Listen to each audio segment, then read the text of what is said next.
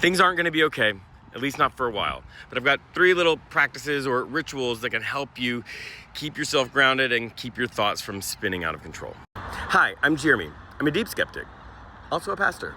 Whether you're spiritual or not, rituals, practices, sort of regular engagement with grounding exercises has been proven, peer-reviewed research over and over to help.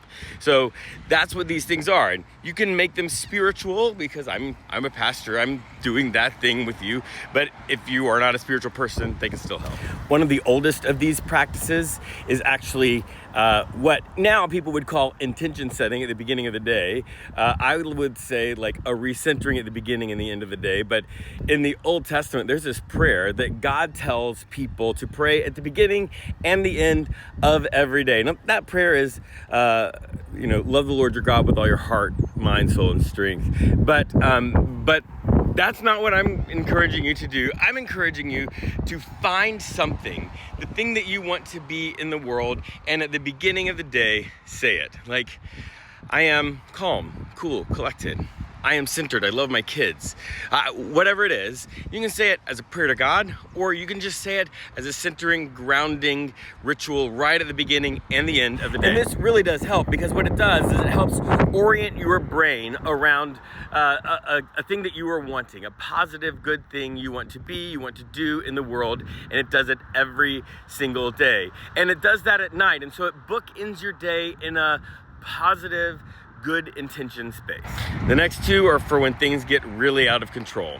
So first one, I'm gonna want you, when things are really out of control, like really, really out of control, I want you to close your eyes, I want you to take 3 deep breaths. And when I say deep breaths, I want you to breathe in slowly, hold it for 3 seconds, and then make your lips like you're kissing and let it out as slowly as possible. Let your lips sort of hold the air back.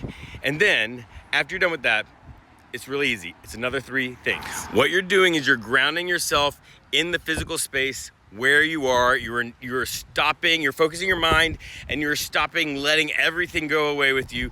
You are going to, in your head first, and then out loud, say something that you smell, something that you feel, your sense of touch, and something that you have just seen, or something that you can taste. You're gonna say those 3 things out loud, then you're gonna take 3 more deep breaths, and then you're gonna open your eyes back up. The next one is a really helpful way to develop the muscle of kind of controlling your thoughts, taking control over all of those things. And so this is something that you can do regularly, but what this one involves a sacred word or a mantra or lots of different traditions have the same kind of practice, but what you're gonna do is you're gonna choose a word. If it's a spiritual practice for you, you're gonna choose a word that means God to you. Maybe it's God, maybe it's love, whatever it is. And then you're going to center yourself, do some deep breathing, and the next part is pretty interesting. The goal is to end up just focusing on that word, that positive word, that word that means God to you. And so what you're gonna do is when a thought comes up, you're gonna simply answer it in your head with that word and let the thought pass. And you're gonna do that over and over until hopefully at some point you've allowed all of the thoughts to pass and you're just centering on that one word. This single word meditation practice, in Christianity it's called centering prayer. This practice, it's not just helpful in calming you down, it also is developing this mental, psychological muscle that can help you be able to have more control of your thoughts as you sort of continue to practice it. Look, spirituality is not about just feeling some goosebumps or really getting into music at church or anything like that. Spirituality can help ground you and center you in the hardest times. It has for people for millennia, and these practices, they're not new.